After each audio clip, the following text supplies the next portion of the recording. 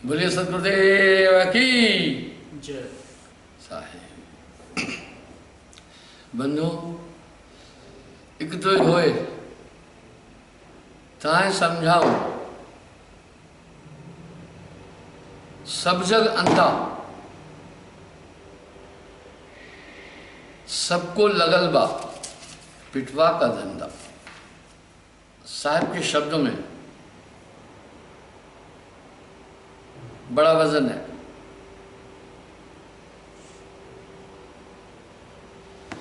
सही बात है। जब हम दुनिया के लोगों को तत्व की बात करते हैं तो निसंदेह संसार के लोग विचलित होते हैं। हम सब एक बात जान रहे हैं अच्छी तरह, ये जगत मुसाफिर खाना है, एक दिन जाना है। लेकिन कितने अच्छे थे इंसान, क्या कहता है, तब की तब देखी जाएगी।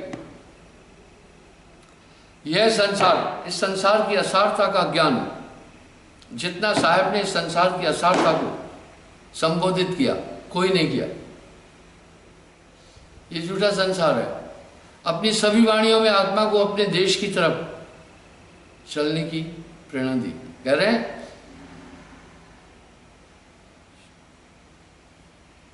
ज्ञानी मिथ्या करो विचारा। अरे भाई झूठा ज्ञान है तुम्हारे पास, विचार तो करो। ना वहां सृष्टि न सृजन हारा, थूल अस्तूल पवन नहीं पावक, रवि शशि धर्म नीरा। मैंने एक बात पहले भी कही कि अगर एक मिट्टी की चुटकी लें तो न जाने कितने योद्धाओं की अर्थी उसमें समाई हुई, जिस्म की धूल समाई है। इसलिए साहब वाणी में कह रहे हैं संतो ये जग मुर्दा खाना। हम देख भी रहे हैं, आए हैं सो जाएंगे, राजा रंग फकीर, पर आदमी नहीं चेत रहा है। कर्म सारणी बुद्धि उत्पन्न है, बुद्धि ऐसी बनी हुई है, यही है मायावी बुद्धि। आप विश्वास करें, आपके अंतःकरण का संचालन शैतानी ताकत कर रही है। साहब की वाणी का सार ही तो यही है कि सय्याद के काबू में है सब जीव बेचारे। ज्योति स्वरूप काल नहीं हुआ, वचन नहीं आए शरीरा, निरंजन भी नहीं हुआ, शरीर भी नहीं है। माली आवत देख देख कर कलियन करी पुकार, फूले फूले चुन लिए कलबारी आए हमार। आए हैं सो जाएंगे, राजा रंग फकीर। यही जगत की रीत है, एक आवत है, एक जात है। लेकिन तो भी नहीं चेत रहा है, क्योंकि कर्म सारणी बुद्धि उत्पन्न है। ये बुद्धि भी कर्मानुकूल बनी और शरीर भी कर्मानुकूल बना, और अशुद्ध शरीर छिद जल पावक गगन समीरा, पंच तत्व को अधम शरीरा। ज्योत स्वरूपी काल नहीं हुआ, वचन आदि शरीरा, वहां निरंजन नहीं है। वाह चल अंसा सतलोक, छाड़ो ये संसारा। यह संसार काल है राजा, यहां कर्म का जाल पसारा। कर्म धर्म कछुओ ना ही हुआ, ना वह मंत्र न पूजा। ये तो हम सब कृत्रिम चीजों में कर रहे हैं, ऐसी व्यवस्था बनी हुई है, अनचाहे आपको सब कुछ करना पड़ेगा। जब मैं एक बात बोलता हूं तो लोग कहते हैं भैया ये धर्म के खिलाफ है। हम धर्म के खिलाफ ही नहीं है, सत्य समान धर्म नहीं आना। धर्म वंशक नहीं है, धर्म अनुकरण है। जो वंशक धर्म है ये थोपे हुए है। संयोग से जो बालक जिस कुल में जन्म लेता है वहां की स्थिति देखता है, वहां का सब चीज देखता है। एक राजा के यहाँ राजकुमार हुआ। राजा ने उस राजकुमार को चंडालों के टोले में छोड़ा।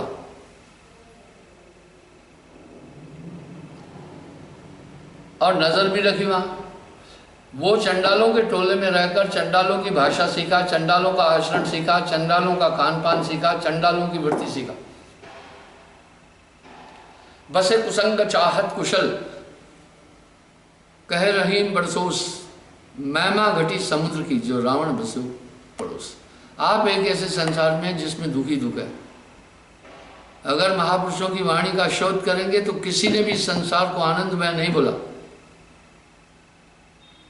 साहब ने तो आम आदमी की भाषा में विश्लेषण ही संसार का दिया। जगत है रैन का सपना।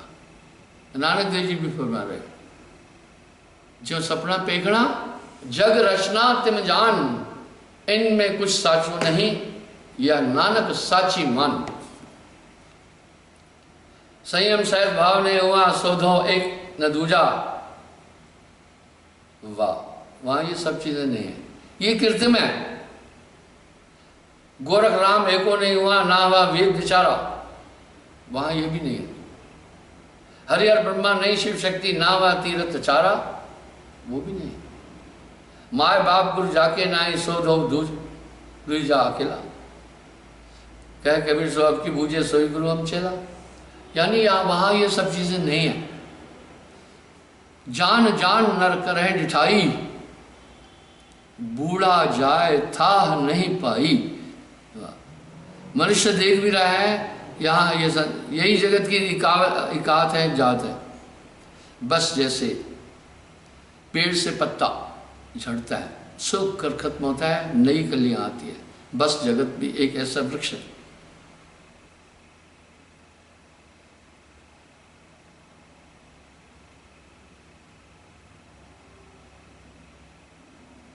इस तरह वो राजा के यहाँ, राजा का बच्चा चंडाल के घर रहकर चंडालों के बच्चों के साथ खेला, गाली गलौज सीखा, खान पान वो सीखा, आचरण वो सीखा। हम सब पर दो चीजों का प्रभाव पड़ता है, संगत और संस्कार और संगत। पूर्व जन्म के संस्कार और संगति। यहां साहब कह रहे हैं संगत से गुण होते हैं, संगत से गुण जाए, बांस बांस की मिश्री एक है भाव का है।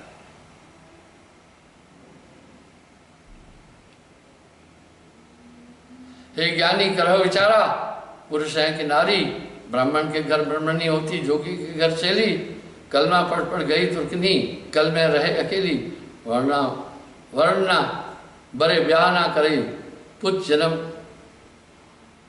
बिहारी, कारे मुंडे को एक न छाड़े, अजो आज कुमारी, मेके रहे जाए नहीं ससुरे। वाह, संग न सोए साईं, संग न सोए, कहे कबीर में जुग जुग जीवे, जात पात कुल खोए। यानी ये माया ऐसी है, ये माया है चूड़ी और चौड़न की जोय, बाप पुत्र और जाए के संग न काहू के होए। एक न भूला दो न भूले। आप देखिए सभी तो इस मायावी पदार्थों में लगे हैं। आम तौर पर आदमी की एक ही आकांक्षा है जगत के प्रति, सुंदर स्त्री मिल जाए, अच्छा घर मिल जाए, अच्छा जॉब मिले, खाना पीना अच्छा हो। लेकिन ये सब तो स्थूल पदार्थ है। अर्ब खर्ब लो संपदा, उदय अस्त लो राज, तुलसी जो निस्मरण है आवे कोने काज। बहुत दुर्लभ मनुष्य जीवन मिला है। गोस्वामी जी भी तो रामायण में कह रहे हैं, सुर दुर्लभ मानव तन पाया, श्रुत प्राण सदग्रंथन गाया, साधन धाम मोक्ष कर द्वारा, जे न पाए पर लोक सभा। बड़ी मुश्किल से 3 करोड़ साल बाद ये मनुष्य तन मिला। ये सब विषय विकारों के लिए नहीं।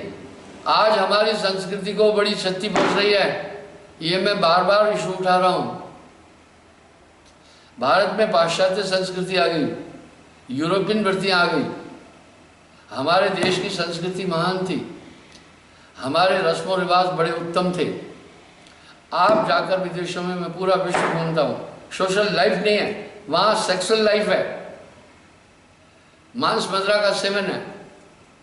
5 घंटे काम करते हैं, जो पैसा मिला शाम को वो बार में जाते हैं, ड्रिंक करते हैं, और कैबरे डांस में जाते हैं, विषय विकार करते हैं वहाँ ओपन। यही एंजॉय। एक काल में हमारे देश में ऐसे लोगों को पामर कहा जाता था।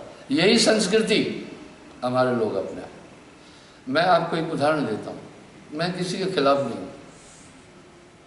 कुछ लोग मुझे आके कहते हैं, गुरुजी लड़का बाहर है, बड़ा अच्छा काम है। आप ये मत सोचना जो बाहर रहता है वो बहुत बड़ा रिच है। विकसित देशों में भी घूमता हूँ, सुपर पावर कंट्रीज में भी जाता हूँ। फ्रांस गया, जर्मन गया, ब्रिटेन गया, अमेरिका गया, रसिया के पास यूक्रेन, वहाँ गया। मैंने देखा वहाँ की लाइफ बहुत बेकार है। वहाँ मैरिज नहीं होती है, एंजॉय करते हैं। लड़की जीवन साथी ढूंढती रहती है, बॉयफ्रेंड बनाते हैं, वो उसका साथ नहीं देता, वो हिट नहीं, कंसीव कर लिया अगर तो उसके बाद में लड़का मर जाता है। वो पूरा जीवन एक हमसफर ढूंढते हैं। आपको मैं बताता हूं, देश में भी अभी ये स्थिति हो गई है। सतर्क रहे समाज। अभी लड़कों का रेशो ज्यादा हो गया है लड़कियों का। 55% लड़कियां हैं, 45% लड़के। 100 में 10 लड़कियों की शादी नहीं होगी, वो कुंवारी रहेगी। और 45% लड़कों में से 15% के आसपास लड़के शादी नहीं शेयर करना चाहते। वो कहते जॉब नहीं है। एक लड़के को उसके माँ बाप आए, लाए, मुझे कहा साहब जी ये शादी नहीं कर रहा है। बाप का अच्छा काम था। लड़के से पूछा, भाई शादी क्यों नहीं कर रहे हो? बोला मुझे जॉब नहीं है, अभी मैं अकेला हूं, मुझे माँ बाप बीच बीच में ताना मारते हैं, कहते हैं तुझे पढ़ाया लिखाया बड़ा किया, अपने पैर पर नहीं खड़ा हुआ है। गुरुजी कल शादी करके 2 बच्चे होंगे तब तो मुझे जूते पड़ेंगे। अनएम्प्लॉयमेंट प्रॉब्लम बहुत बढ़ गई है, देश में ही नहीं, लोग बाहर जाते थे, विदेशों में भी आर्थिक मंदी के कारण से बेरोजगारी अमेरिका जैसे देशों में बढ़ गई है। इसलिए यहां सोशल लाइफ आच्छादित होती जा रही है। इसलिए जिसके घर में बिटियाएं हैं वो परेशान है।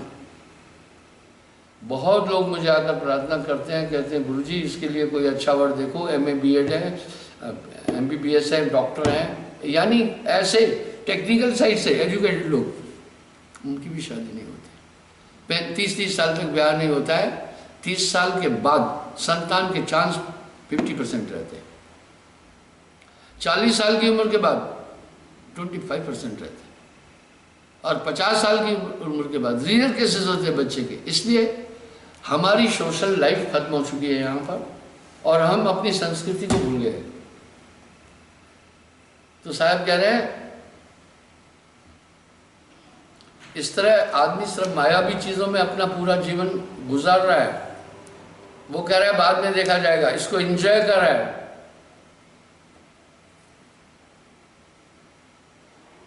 दूसरी बात आप देखें, इस संसार में साहब कह रहे मेले सूरज मेले चंदा, मेली सृष्टि, मेली माया, मेले देव गंधर्व सुर आदि। यानी एक वही है निर्लेप सत्य।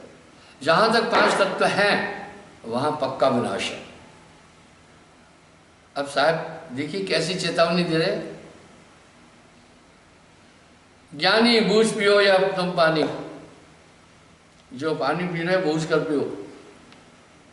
जय मटिया के घर में बैठे तामे शिष्ट समानी। 56 कोटि यादव जय भीजे मुनिजन सहस 88। यानी 56 कोटि यादव गए और 88,000 ऋषि मुनि भी इस मिट्टी में मिल गए हैं, जो आपके पैरों के तले मिट्टी है। संतो ये जग मुर्दा खाना। इंसान देखकर भी नहीं चेत रहा है, इसको प्रलोभन दिए गए, बस उसी में चक्कर काट रहा है। आज का मैं बताता हूं, एक सर्वे में आया बड़ा जबरदस्त। मैंने ये बात उस दिन भी बोली थी कि धर्म स्थानों पर अभी लोग यंग लाट नहीं जा रहे हैं, बिल्कुल नहीं जा रहे हैं। दुनिया का हर एक चौथा इंसान ईसाई है। चर्चों में अभी लड़के नहीं जा रहे, वो कह रहे हैं ये बिजनेस है। इसलिए यूरोप में, ब्रिटेन में चर्चों का खर्चा पूरा नहीं निकलता है। आपका एक छोटा घर है, उसमें खर्चा है, उनकी मेंटेनेंस है, तब वो चर्च बिक रहे हैं, उनको होटलों में डाइवर्ट करते हैं। मैं अपने यहाँ की बात बताता हूँ, हमारा आश्रम है, रांजड़ी आश्रम की बात बताता हूँ। ऐसे तो 220 आश्रम में चलता रहता हूँ, 220 के 220 आश्रम मैंने खुद खड़े होकर बनवाए। चंदा करके कोई आश्रम नहीं बनाया। वजह हमारे आश्रम, और किसी को निर्माण नहीं करने देता हूं। कहते हैं ना, दूध का जला छाछ को फूंकता है। गोंडा आश्रम जो मेरा गुरुस्थान है, वहां एक आदमी ने अपने पैसे से कमरा बनाया। परिवार के लोग अटपटे थे। वो जब चला गया, उनके नाती पनाती लड़के कहने लगे, ये कमरा हमारे बाप का है, हम यहाँ रहेंगे। और वो कमरा आश्रम के बीचों बीच था।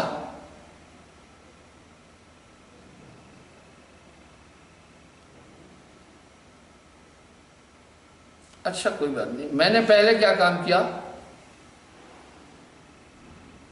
उस कमरे को मटिया मेट कर दिया। कमरा छोटा था, 8-10 हज़ार में बन सकता था। जो मैंने वहां बिल्डिंग बनाई वो करोड़ों रुपए की है। मैं कहा ना होगा, बांस न बजेगी बंसरी, उस कमरे को मैंने मटिया मेट किया। मैं कहा ले जाओ ईंटे पीटे अपनी, जो तुम्हें चाहिए। तुम आश्रम के बीच आकर कहोगे, और उनका विचारधारा कुछ अलग थी। उसके बाद मैं कभी किसी को कभी नहीं कहता हूँ, कोई कहे ना मैं एक रूम कभी नहीं अलॉट करता हूँ। दूध का जला छाछ को फूंकता है। इसलिए जो भी आश्रम बनाया मैं खुद खड़े होकर बनाया, और किसी से मांगा भी नहीं है। हम एक जटिल स्थिति में जीते हैं। तो बंधुओं, मैं ये कह रहा हूं, हम सब ये देख रहे हैं, पलटत बुद्धि न लागत मेरी। इंसान का दिमाग स्थिर नहीं है, और हर एक इंसान दिमाग पर चल रहा है। दिमाग शीटर है, ये परे भी है। इसलिए तो साहब ने कहा, मन काल है, मन बहुत बुरा है, तेरा बेरी कोई नहीं, तेरा बेरी मन। जो अपने को अनुभव कर रहे मैं हूं, ये आत्मदेव नहीं है, ये मन है, ये मेमोरी है। इससे परे कहीं आत्मा है, और इस मैंने आत्मा को दबा रखा है। अब नानक देव जी क्या कह रहे हैं, तू मैं मार मुकाम बन गया। तो लोग क्या कह रहे हैं, मैं की जगह हों बोलने लगे। नहीं, मैं का मतलब ये इंडिविजुअलिटी है। इसमें मन है, बुद्धि है, चित्त है, अहंकार है। पूरा मसौदा ही गलत है। आप संसार को देख रहे हैं, तो आइए कह रहे पैगंबर गाड़े, यानी कदम कदम पर पैगंबर गाड़े हुए हैं। एक मिट्टी की चुटकी उठाना, उसमें करोड़ों योद्धाओं की देही की भस्म है। जिनके हिकारने से पृथ्वी कांपती थी, सब मटिया मेट हो गए। साहब यही तो कह रहे हैं, एक दिन तुमने मिट्टी में जाना है। सो सब सर्वभव माटी, सब सर के माटी बन गए। तह मटिया के भांडे पांडे, बूझ पियो तुम पानी, उसी मिट्टी का घड़ा बनता। मैं हूट नहीं करता हूं। आज हम एक जटिल समय में जी रहे। भाद्रव पक्ष में जाकर पितृपक्ष खत्म होने के बाद त्योहार प्रारंभ होंगे, नवरात्र आएंगे। मैं आपको जिला गोंडा की बात बताता हूँ।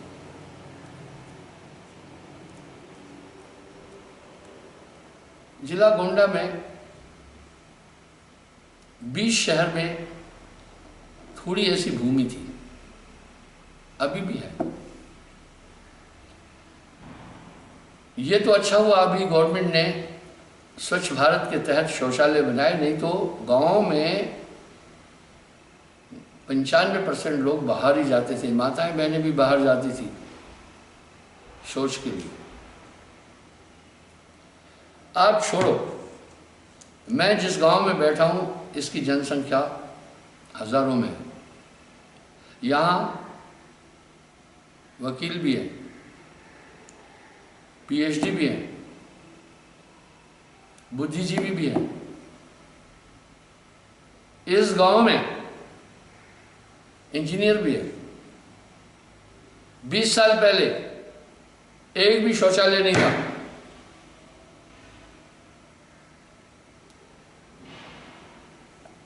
इंजीनियर के घर में माताएं बहनें थी, सब जंगल जाती थी। आप सोचें, कोई आदमी आए तो उठना पड़ता। मैंने उसको समझाया, भाई एक शौचालय बनाओ। वो गांव की ट्रेडिशन बनी हुई थी। वाह, ध्यान नहीं दिया, मैं शौचालय बनाया। फिर एक बुद्धिजीवी था, उसके घर में भी शौचालय नहीं था।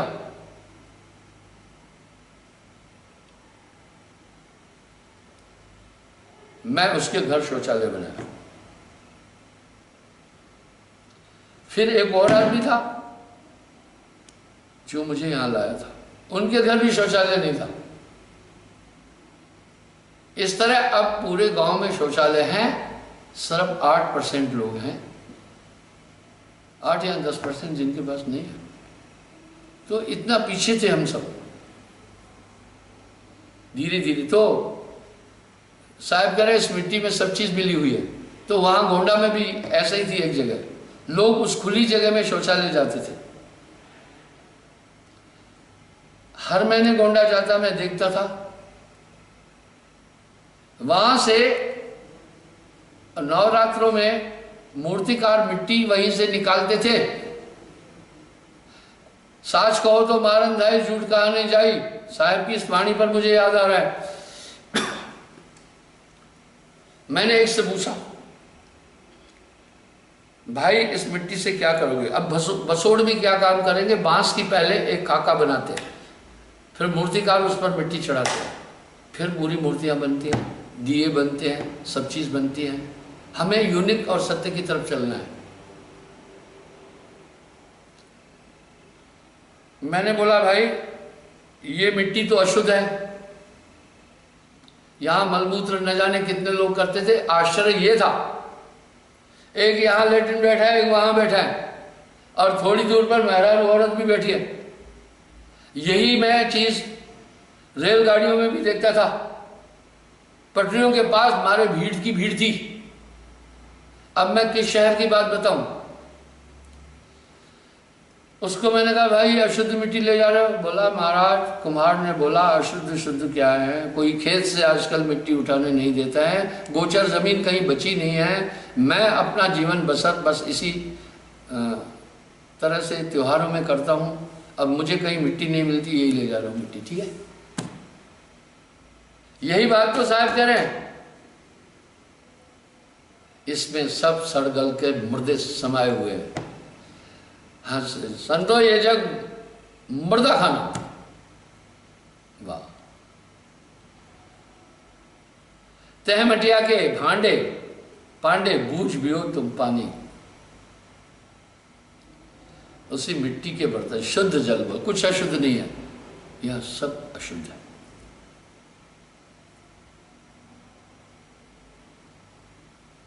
नदियां नीर नरक बह आए, पशु मानव सब सरिया। वाह,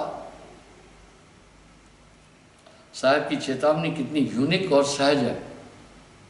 रहिया बिगाड़ चले दोनों जने भाई, नदी किनारे सूअर मर गया, मछली चुन चुन खाई। मछलियों का आहार क्या है?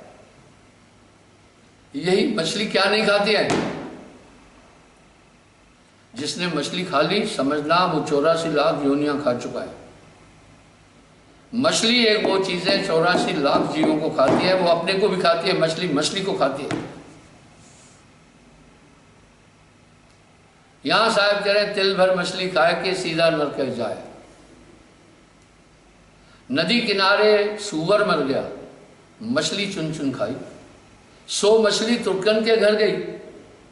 कहां गई तुर्काई? भाई जो चीज जो खाएगा उसके खून में उसका अंतर आएगा, दूध में आएगा। मैंने ये उदाहरण पहले भी दिया। 2 भाई थे, दोनों दूध बेचते थे। एक बेचता था 30 रुपए किलो, एक बेचता था 25 रुपए किलो। मैं दूध हमेशा पिया हूँ जीवन में। दूध पीने से बोन्स मजबूत होती हैं, दांत हेल्दी होते हैं। दूसरा बेचता था 25 रुपये। ईमानदार दोनों थे। जो 30 रुपये बेच रहा था, मैं उसको कहा भाई तेरा भाई 25 रुपये किलो दूध देता है, तू 30 क्यों दे रहा है? कभी कभी वो जो 25 रुपये किलो दूध देता था नहीं मिल पाता था, तो ये 30 रुपये मांगता था। बहुत पहले की बात है। उसने कहा देखो महाराज, मैं बोला क्या तेरा भाई पानी मिला था? बोला ना, मेरा भाई भी ईमानदार है, हमारे घर में बेईमानी नहीं, हम रहते अलग है। पानी वो भी नहीं डाल रहा है, पानी मैं भी नहीं डाल रहा हूँ। गुरुजी वो खिलाता है चटाला हरी घास, मैं खिलाता हूँ फीड अनाज, इसलिए मेरे दूध का स्वाद अलग है, उनका अलग है। आप उसका दूध पी रहे हैं, आप चुल्लू करो, मैं अपना दूध आप चखो। जब पिया सही में उसमें बहुत एक मिठास थी। जिस चीज को पशु खाएगा उस चीज का असर दूध में आएगा। मुझे आप शहद देना, मैं शहद खाकर बताऊंगा ये नीम की है, आम की है, सफेदी की है, लीची की है या सरसों की है। शहद खाने के बाद जिस चीज की है आखिर में उसकी क्रिश आपको लगेगी, वो स्वाद लगेगा। इस तरह जो पशु जो खा रहा है, जिस मछली को खा रहा है, वो क्या क्या खा रही है। वैसी तो आपकी बुद्धि होगी, जैसे खाए अन्न वैसा होए मन। आहार शुद्धम तो बुद्धि शुद्धम, बुद्धि शुद्धम तो ज्ञान शुद्धम, ध्यान शुद्धम, ध्यान शुद्धम तो ज्ञान शुद्धम, ज्ञान शुद्धम तो मोक्ष शुद्धम। यानी इस आहार से हमारे मोक्ष का भी तारतम्य है। इस तरह से नदी किनारे मछली मर गई, सुअर मर गया, मछली चुन चुन खाई। अब मछली क्या शरीर रक्त से बना, उसको फीड के क्या मिली? सुअर ही मिला। 100 मछली तुर्कन के घर गई। कहाँ गई? तुर्कवाई। कैसी तुर्कवाई है फिर वो? नदी किनारे गऊ मर गई, मछली चुन चुन खाई। 100 मछली हिंदुन के घर गई। कहाँ गई हिंदुआई? अरे रैया बिगाड़ चले दोनों जने में। इतना यूनिक, इतना साफ, इतना सुपष्ट संदेश देने वाला कोई था ही नहीं दुनिया के अंदर। विचार करें। मचकश घरियार व्याने रुद्र नीर जल भरिया। कह रहे उसी पर तो जल भी चल रहा है ना। घड़ियाल मर जाते हैं, मगरमच्छ मर जाते हैं, शेर मर जाते हैं, पानी में बह जाते हैं, सड़गल करके उसमें समा जाते हैं, मछलियां खाती है। हमारे विदेशों में कुछ देश है अंडे को वेजिटेरियन मानते हैं, मछली को भी वेजिटेरियन मानते हैं। वाह वाह वाह, तुम्हारे घर का राज है। बनाओ। हाड़ जरी जरी गूंद गिरी गिरी, दूध कहाँ से आया? वाह वाह वाह। सोले पांडे जेवन बैठे मटिया ही छूट लगाया। तुम कौन सी छूट की बात कर रहे हो? तुम खा ही रहे हो अटपटा। वेद किताब साढ़ दोए पांडे ये सब मन के भरमा, कहे कभी सुनो भाई ये सब तुम्हारे कर्म। देखो इतना साफ साफ बोला,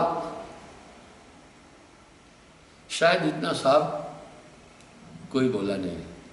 इस तरह जब आप सामने देख रहे हैं कि हाड़ जले जस लाकड़ी, केश जले जस घासा, सोने जैसी काया जल गई, कोई नहीं जा सकता। मरने के बाद बाहर देश छूटेंगे आपको दूसरे दिन, 2 दिन का शोक होगा। अगर तुम बिस्तर पर हो, मर गए, तो एक परिवार के लोग फॉर्मेलिटी के लिए रोएंगे। अगर तुम्हारी आवश्यकताएं उससे पूर्ति हो रही थी, मरा तो आप आसमान सर पे उठा लेंगे। ये जगह शौहरत का मीत, यहाँ नहीं कोई अपना हित। इस दुनिया में कोई आपका अपना नहीं है, इसलिए संभल के जीना। ये पूरा संसार, ये संसार झाड़ और झंखड़ उलझ पुलझ मर जाना है, रहना नहीं। देश वीराना है, वीराना। जिस दुनिया में आप रह रहे हैं, ये संसार काल का काल है राजा। यहाँ कर्म का जाल पसारा है। कैसे आदमी जा रहा है, जो कभी ढोर बांध बाजीगर अपनी खुशी पर आए। वाह वाह वाह। जैसे स्वान आपन राज त्यों लागी संसारी, कहे कभी बुद्धबुदा ज्ञाना को माने बात हमारी, अजर ले छुड़ाए काल से जो करे सूरत संभाली। वाह। बोला जैसे कभी बंदर को कहते हैं, मदारी बंदर को घर घर नचाता है, इस तरह इस आत्मा को एक विरोधी ताकत नचाए जा रही है। छूटा है एक उपाय,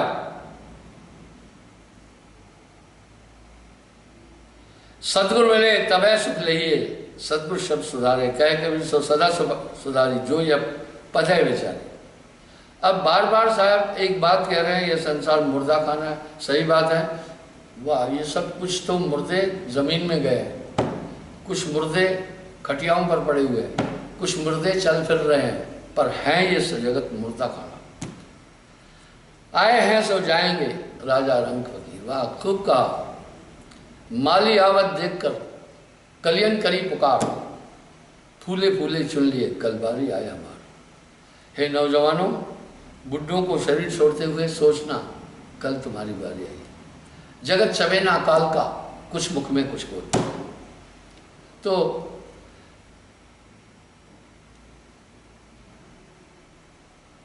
निकट बयाना जमपुर धावे, बोले एक है बानी। वाह, यानी मौत तुम्हारे नजदीक आ रही है और तुम्हें उसे दूर समझ रहे हो। पांव पलक की सुध नहीं करे कल की आस, पानी माही घर की आसो कस मेरे प्यास, सत्र मिले सुख ले। वाह, अब यहां क्यों, जब वो नाम की ताकत होगी तभी ये बुद्धि शुद्ध होगी, अन्यथा नहीं हो सकती है। ये कई जन्मों के कर्मों का अभीष्ट है आपका अंतःकरण। इसलिए एक तयशुदा बात है, कृत भर मिले बारी के मतते। अगर कोई कहे पानी के मतने से घी मिला, हो नहीं सकता है, तब भी मान लूंगा। सिकता से बरु तेल, रेत से कोई कहे पेर कर मैंने तेल लिया, हो नहीं सकता है, पर मान लूंगा। बिन्न सत्य भक्ति बिना जीव न तरे हैं, यह सिद्धांत अपेल। बिना नाम के आप संसार सागर से तर ही नहीं सकते। नाम बिना हृदय शुद्ध ना हुई, कोटिन भांत करे जो कोई। आप कितना भी कुछ करना, इसलिए संयम जब तक योग, परिवर्तन नहीं आएगा। मैं एक बात बोलता हूँ, वो आज भी बोलूँ, वो बड़ी कठिन लगती है। जो वस्तु मेरे पास है वो ब्रह्मांड में नहीं। मेरे एक लखनऊ में शिष्य हैं दुबे जी, वो कहने लगे गुरुजी, मैं अपने रिश्तेदारों में गया तो वो मेरे रिश्तेदार चाची ताई थे। उन्होंने कहा टीवी पर एक आता है बड़ा घमंडी साहेब बंदगी वाला, वो कहता है जो वस्तु मेरे पास है ब्रह्मांड में कहीं नहीं। दुबे जी ने कहा वही तो मेरा गुरु है। अब जब बातचीत हुई उनको अच्छी तरह समझा, वो मैं क्यों बोल रहा हूं वो सुनो। आप निष्पक्ष, आप तो मेरी बात समझेंगे, अपने दिल से जानिए मेरे दिल की बात। मैं आदमी का अंतःकरण बदलता हूं और ये काम सबसे मुश्किल है। अंतःकरण बदलना मुश्किल है। अपने दिल से जानिए मेरे दिल की बात। मैंने इसका पूरा पूरा सर्वे किया, प्रत्यक्षम प्रमाणम कितम। आप अपने में देखें आप बदल गए कि नहीं। नाम के प्रताप ते भय आन के आन, इसका मतलब है नाम की ताकत से मैं दूसरा हो गया। गुरु को कीजिए दंडवत, कोटि कोटि प्रणाम, कीट न जाने भृंग को कर ले आप समान।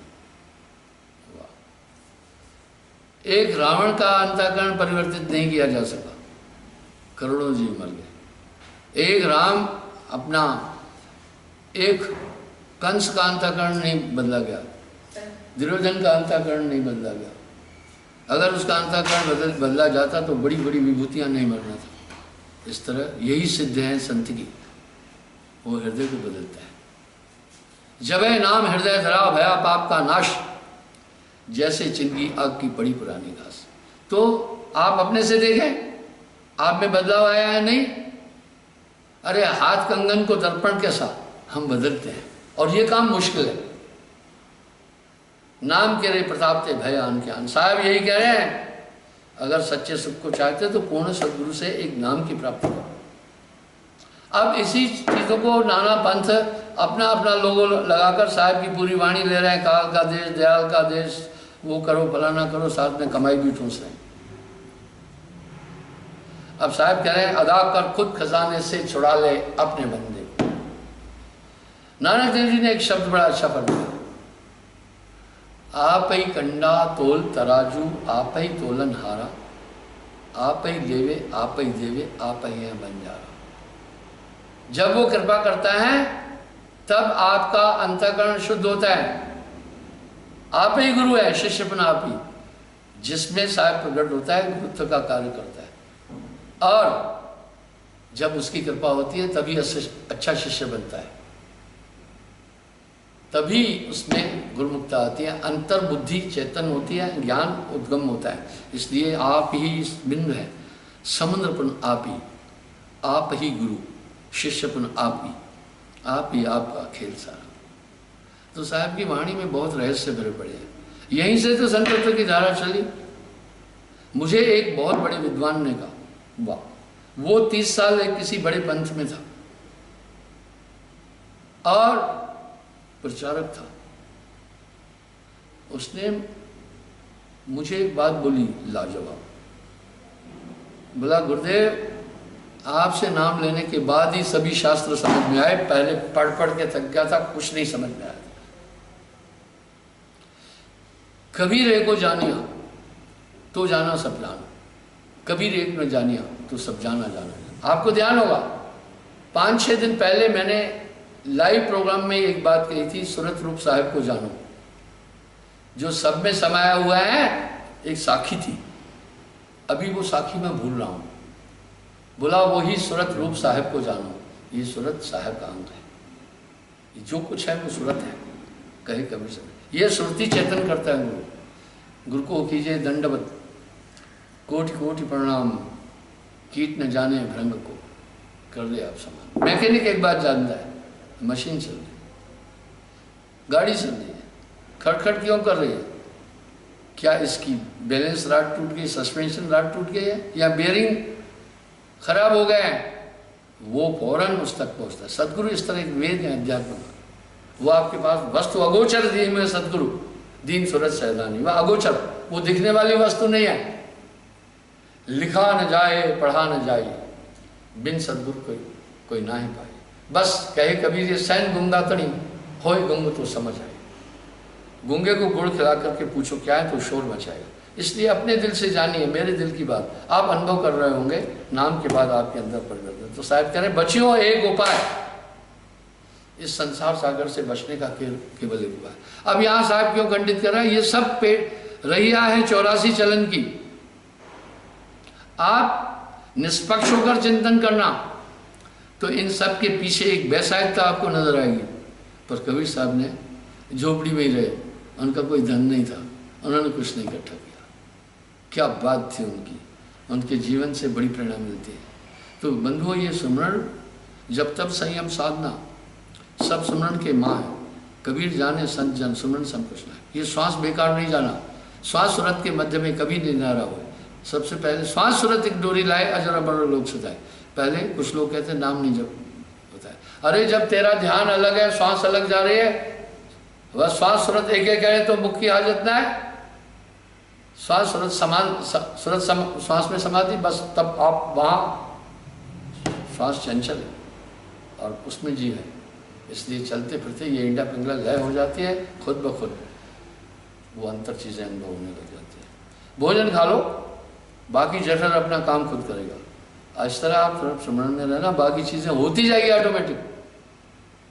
अच्छा साहब, समय हो रहा है, कल 15 अगस्त है।